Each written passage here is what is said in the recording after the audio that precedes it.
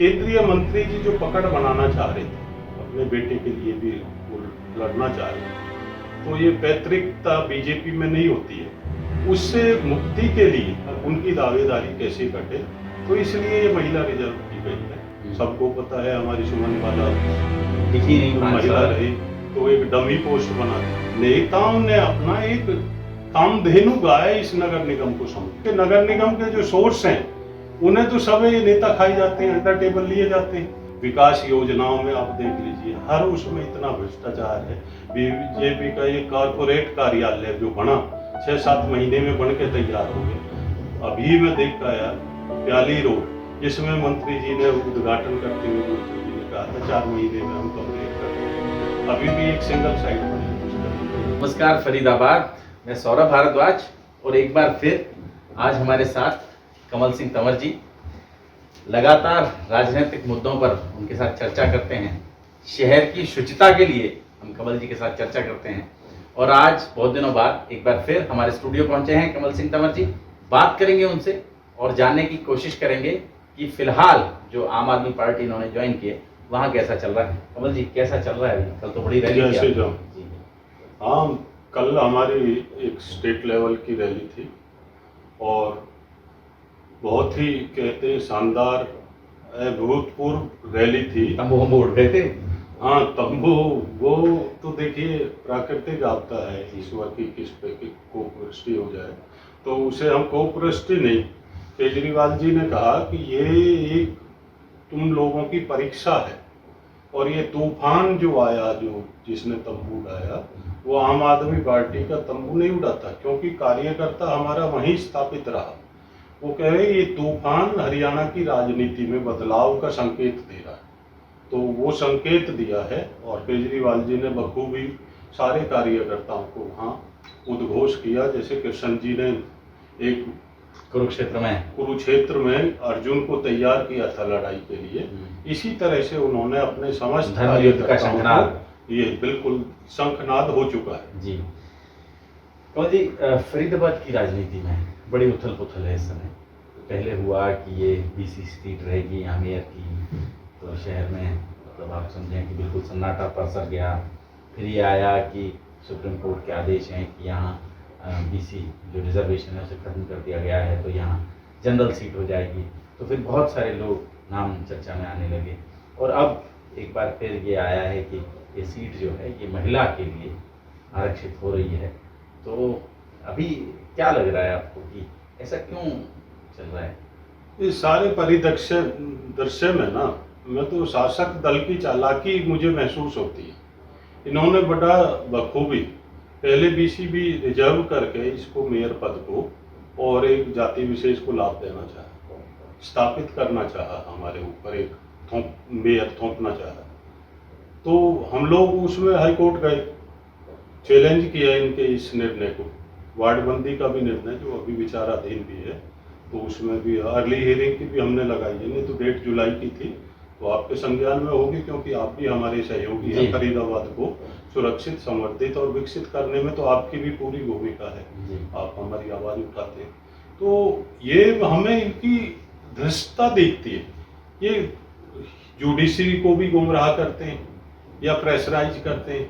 देखिए, जुडिशरी ने कहा, पूछा इनसे भी आपका आधार क्या बीसीबी रिजर्व करने का, ये नहीं दे पाए, जस्टिफाई नहीं कर पाए। 17 तारीख जो ये गत 17 मई को ही इन्होंने कहा था कि जी नहीं, हम सामान्य करा रहे, सामान्य वर्ग का मेयर करा रहे। ये स्टेटमेंट है इनकी रिटर्न वहाँ कोर्ट में हाई कोर्ट चंडीगढ़ में। अब अचानक ही ये हवा चल रही है 2-4 दिन से, परसों से ही शायद ये हुआ है कि मेयर रिजर्व महिला करती है। तो हम महिला विरोध ही नहीं है। मैं खुद चाहता हूँ कि महिलाएं हमारी आगे बढ़े, मातृशक्ति आगे बढ़े। मेरी अपनी दोनों पुत्र वधुएं भी आज भी एक LLM कर रही है और एक अभी भी PhD कर रही है। तो उनको विकास का, उड़ान का हमने भरपूर मंच दिया। परंतु इस तरह से कुटिल चाल चल के ये किस तरह से फेवर दिखाना चाह रहे हैं, महिलाओं को रिझाना चाह रहे हैं। तो जैसे पिछली बार भी महिला थी, ऐसी महिला रिजर्व थी, सबको पता है हमारी सुमन वाला दिखी नहीं, महिला रही, तो एक डमी पोस्ट बना दी। इसी तरह का ये चाहते हैं मेरे ख्याल में। इसमें दो, जितना मेरा दिमाग चलता है तो ये इसमें दो हैं। जैसे मुझे कुछ विश्वसनीय सूत्रों से पता लगा है, अब जो हमारे मंत्री जी हैं उनके, जो केंद्रीय मंत्री की बात कर रहा हूँ मैं, जिनकी हमेशा करता रहा हूँ, आप अक्सर करते हैं उनकी बात। हाँ, जो मेरे वक्तव्यों में वही रहे, और मेरे शायद राजनीति में लाने के भी वही हैं। आपके नहीं, भी मैं तो फेवरेट कभी- है, आपके भी नहीं, फेवरेट है। मतलब मैं राजनीति नहीं करना चाहता जी। था, जीवन के इस पड़ाव पे कहाँ राजनीति करता। मैं तो एनजीओज के माध्यम से समाज की सेवा कर रहा था। आज ग्रस्त आश्रम से फ्री होके वानप्रस्थ में ये था कि भाई समाज के प्रति, हम वातावरण के प्रति जो कर पाए। तो परंतु ये सामाजिक जो प्रदूषण है, भाई एक रिश्वतखोरी, जो भ्रष्टाचार हमारे समाज में जो फैल चुका है, पर्टिकुलरली फरीदाबाद शहर में, तो उसके खिलाफ, उससे इस मतलब इस दोहन से बचाने के लिए, भ्रष्टाचार से मुक्त करने के लिए हमने एनजीओज के माध्यम से संघर्ष किया। जब वो संघर्ष अधूरा लगा तो हम सक्रिय राजनीति में आया। उसमें कहीं ना कहीं भूमिका कृष्णपाल गुर्जर जी की रही, मंत्री जी की। इसीलिए मैं कह रहा हूँ, आपके प्रेरणा स्रोत है, आपके आने का कारण है राजनीति में। हाँ, प्रेरणा स्रोत कह लीजिए, या मेरी तो मजबूरी के, कहते हैं मजबूरी का नाम जी। महात्मा गांधी। अब भाई आज मेरी राजनीति जो भी है, शहर जैसा भी मुझे जान रहा, राजनेता के रूप में जान रहा, तो मैं राजनेता से अच्छा अपने आप को एक समाज सेवी के रूप में जानवाना अच्छा मुझे लगता है। मैं ऑनर फील करता हूँ। पर जब हमारी गौशाला तोड़वा दी ना, जो गौशाला हमने 5-6 साल की मेहनत से डेवलप की थी, तब मैंने सोचा कि ये राजनीतिक कीचड़ को राजनीति में घुस के ही समाप्त किया जा सकता है, जो केजरीवाल जी ने संकल्प लिया था। तो मुझे लगा कि वो पढ़े लिखे हैं, उन्होंने कुछ सोच के ही सक्रिय राजनीति में आए थे, नहीं अदरवाइज वो भी राजनीति चलाते थे। तो अभी कमल जी, जो ये पूरा प्रकरण है जी, इसमें आपने आम आदमी पार्टी भी ज्वाइन की, उसके बाद लगातार चर्चा रही कि जैसे ही जनरल हुआ कि आप मेयर का चुनाव भी लड़ेंगे, तो आप ही की पार्टी से बाकायदा एक बोर्ड लगे देखते हैं इस पूरे शहर में, भावी उम्मीदवार जी, ओपी वर्मा जी। जी। और वो जो बोर्ड हैं, वो बोर्ड मतलब अभी आज ही हम अपने एक पत्रकार मित्र उनका एक इंटरव्यू सुन रहे थे, तो वहाँ भी वो कह रहे हैं कि आम के पेड़ के नीचे आम आदमी पार्टी है, मैं अपनी पत्नी के साथ पार्टी की सेवा करूँगा। और शायद धर्मपत्नी को लड़ाने का मन है उनका मेयर का चुनाव, क्योंकि ये महिलाओं के लिए आरक्षित हो गया है। देखिए, तो मुझे ये क्या पार्टी ने, मेरा सवाल क्या है, मेरा सवाल ये है कि क्या पार्टी ने उन्हें उम्मीदवार घोषित कर दिया? नहीं, ये तो मैं सुनिश्चित तौर से कह सकता हूँ कि पार्टी ने अभी कोई भी ना मैं, ना वर्मा जी या उनके परिजन, कोई ऐसा उम्मीदवार नहीं है पार्टी की तरफ से। ये तो अपनी मनगढ़ंत और मनोकल्पना है, तो अपने अपने दावेदारी प्रस्तुत कर रहे हाँ। हैं। परंतु मैं तो सौरभ जी अभी भी, मैं क्योंकि एडवोकेट हूँ, मैंने ये परसों से जैसे सुना, मैं तभी से ही सारे अपने पत्रकार बंधुओं से ये कह रहा हूँ, किस शासन आदेश के तहत ये महिला का रिजल्ट हुआ है, किस प्रोसीजर में हुआ है। तो ये तो हमें दो, आप जो प्रचारित कर रहे हैं, तो उसकी कॉपी तो हमें दीजिए, ताकि हम भी उस पर एक अपना लीगल पॉइंट से सोच सकें। कभी इस तरह से कैसे, क्या संभव है, क्या दूसरे दलों को विश्वास में लिए बगैर इस तरह से ये रिजर्वेशन फिक्स करना सत्ता पक्ष के लिए ठीक है क्या, नैतिकता के आधार पर भी, कानूनी आधार पर? तो वो नहीं पता लगा मुझे अभी तो, किसी बंधु से भी मुझे नहीं ऐसा मिला है। और दूसरा मुझे ये लगा था कि ये कहीं ना कहीं बीजेपी की अंतर्कलह है, मतलब महिला के लिए रिजर्व करना, महिला के लिए रिजर्व करना। तो जितना मुझे, देखो वैसे तो मुझे नहीं कहना चाहिए जब तक रिसोर्स नहीं हो, पर विश्वसनीय सूत्रों से मुझे लगा था, पता लगा है, मैं नाम डिस्क्लोज नहीं करूंगा कहां से, परंतु ये था केंद्रीय मंत्री जी जो पकड़ बनाना चाह रहे थे, अपने बेटे के लिए भी वो लड़ना चाह रहे थे, तो ये पैतृकता बीजेपी में नहीं होती है, उससे मुक्ति के लिए उनकी दावेदारी कैसे कटे, तो इसलिए ये महिला रिजर्व की गई है। ये पूरा चिंतन मनन के बाद हुआ है बीजेपी की आला कमान का। तो मैं तो पर ये कहता हूँ, मेरे डर की वजह से बीजेपी भागी, क्योंकि मैंने ये कह दिया भाई मैं मेयर का प्रत्याशी हूँगा।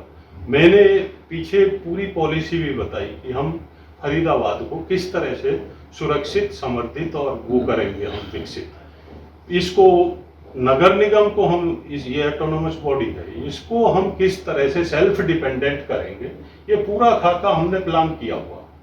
तो शायद सरकार को, या तो ये सरकार इस निगम को अपने अधीन रखना चाहती है, इसे अपना एक दोहन का हिस्सा बनाए रखना चाहती है, या तो ये है, या फिर जो आमतौर पर फरीदाबाद नगर निगम की ये जो स्थिति है, इसके लिए ये माना जाता है कि यहाँ जो भी मेयर बनते रहे अब तक, वो कठपुतली मेयर रहे।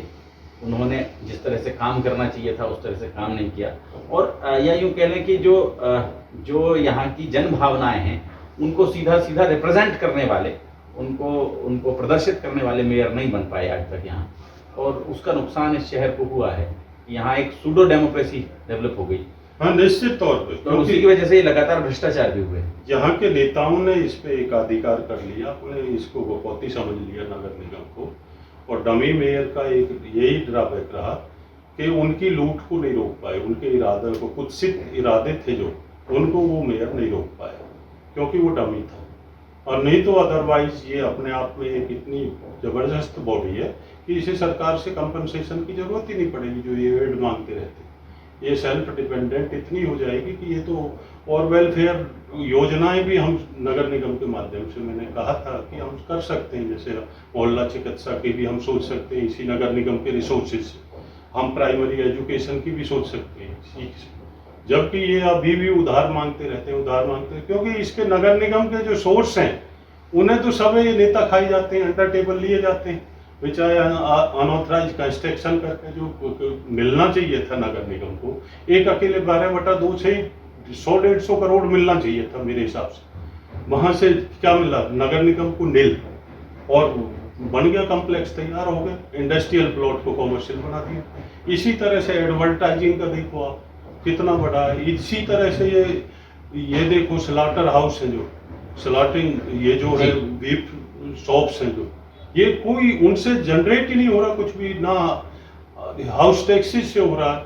मतलब बहुत से ऐसे हैं नगर निगम की जमीनों बजट में मद लिख देते हैं कि हम स्लॉटर हाउस से इतना पैसा लेंगे, इतना इससे जुटाएंगे, भिन्न भिन्न मदों में इतना जुटाएंगे, लेकिन जब अगले साल उसका विश्लेषण होता है तो पता चलता है कोई पैसा जुटा ही नहीं पाया। करते नहीं, क्यों? भावना नहीं है। ये आप देख लीजिए, इको ग्रीन का उसका था जो कॉन्टेक्ट, एकदम से उस जो डंपिंग यार्ड में जो गार्बेज का 250 रुपये प्रति टन के हिसाब से जो जाता था, वो 1000 रुपये टन कर दिया गया। 1000 रुपये टन इसलिए किया गया था कि उसमें इलेक्ट्रिसिटी जनरेट करेंगे, 25 मेगावाट बिजली पैदा करता हूँ इको ग्रीन, और वो शहर यूनिट बिजली नहीं बनी आज तक। हाँ, कहीं उसकी आधारशिला भी नहीं रखी गई, जबकि वो पेमेंट हो रही है 1000 रुपये प्रति टन के हिसाब से, तो वो बंदरबाट हो रही है। तो इसे नेताओं ने अपना एक कामधेनु गाय इस नगर निगम को समझ लिया कि वो अपने तरीके से, मैं हमेशा शायद आपके वीडियो में मैंने कहा था कि पावर सेंटर 28 सेक्टर में बन गया, और वो बिल्कुल इस फरीदाबाद को सोमनाथ का मंदिर समझते हैं, जितना दोहन करना चाहें।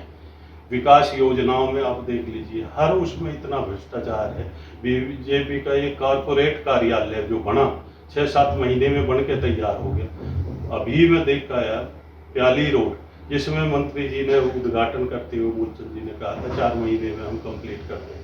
अभी भी एक सिंगल साइड बनी है, उसका देखिए कितना दुर्भाग्य है, जबकि लगभग 1.5 साल होने जा रहा है उन बातों को, तो अभी भी वो कितना रस है उसमें। तो ये मतलब कहीं नैतिकता दिखती नहीं है, तो इसलिए मैं तो यही कहता हूँ, तो ये बड़ा चिंतनीय विषय है हमारा राजनीतिक जीवन का इस तरह का। कमल जी, हमें समय देने के लिए, हमारे साथ बातचीत करने के लिए आपका बहुत बहुत धन्यवाद। आपका भी आभार, धन्यवाद।